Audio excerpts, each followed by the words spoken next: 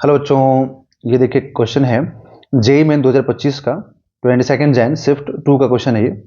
Which one of the following is the correct dimensional formula for the capacitance in F. F मतलब यहाँ पे farad हो गया, क्योंकि जो कैपेसिटेंस का जो यूनिट होता है बच्चों वो फेराड होता है ना। तो फेराड बोल रहा है कि यहाँ पे फेराड के टर्म में निकालना है आपको। तो मतलब कैपेसिटेंस का फेराड बोला कि अब इस फेराड को एम, एल, टी और सी के फॉर्म में डायमेंशनल फॉर्मूला बताइए, जहां पे एम हो गया मास का यूनिट, लेंथ का एल हो गया और टाइम का टी हो गया, चार्ज का सी हो गया। तो यहां पर ना देखो डायमेंशन ये लिखूं मैं फॉर्मूला अगर कैपेसिटेंस का, तो ये क्यू बाई वी होता है। ठीक है, तो हम लोग वी इज इक्वल टू क्या लिखेंगे, तो V is equal to Q, V is equal to W by Q, है ना। ये पोटेंशियल इज इक्वल टू, क्योंकि यहाँ पे ये चार्ज हुआ तो ये जो वी है ना ये पोटेंशियल होता है ना। V is a potential. ठीक है, तो पोटेंशियल इज इक्वल टू क्या लिखेंगे, वर्क डन बाई चार्ज, है ना। Potential is equal to work done by charge यहाँ पर। तो अब यहां से जो कैपेसिटेंस है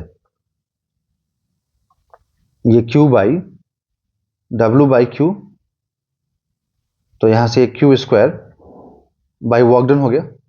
अब देखो कैपेसिटेंस को हम लोग इसका जो डायमेंशन है ना कैपेसिटेंस का, इधर एफ लिखेंगे, बोला गया है F लिखने के लिए। और जो चार्ज है ना उसका बोला गया कि आपको यूनिट क्या लेना है, सी लेना है। ठीक है, तो यहाँ पे सी स्क्वायर हो जाएगा। और वर्क डन का ना अगर देखें हम लोग, तो वर्क डन का होता है newton metre. Work done is equal to क्या होता है, फोर्स इंटू डिस्प्लेसमेंट। तो work done is equal to अगर फोर्स इंटू डिस्प्लेसमेंट होता है, चार्ज के टर्म में लिखो वर्क डन या नॉर्मल फोर्स इंटू डिस्प्लेसमेंट लिखो, सभी जगह यूनिट सेम आएगा।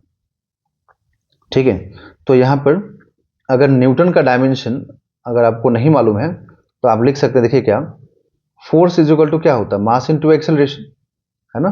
तो यहां से फोर्स का डायमेंशन, फोर्स का यूनिट क्या होता है, न्यूटन होता है ना।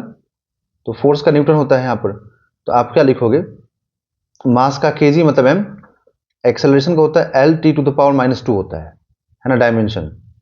तो ये फोर्स का डायमेंशन हो गया, तो आप लिखेंगे M L T to the power -2। ठीक है, अब इसको उठा करके ना आप यहां रखिए, तो एफ का dimension is equal to C square. ठीक है, और ये हो जाएगा न्यूटन का हो गया, इधर में आकर के M L T to the power -2, और ये मीटर है यहाँ पर, तो मीटर मतलब लेंथ, लेंथ का हो गया फिर से एल।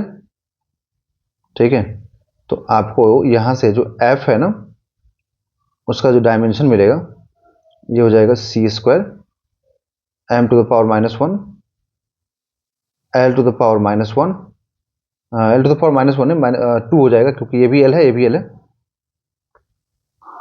तो यहाँ पर -2 हो जाएगा, और ये हो जाएगा टी टू द पावर 2, क्योंकि टी टू द पावर 2 -2 तो पहले से ही है ना नीचे में डिनोमिनेटर में, तो ऊपर जाएगा तो +2 हो जाएगा।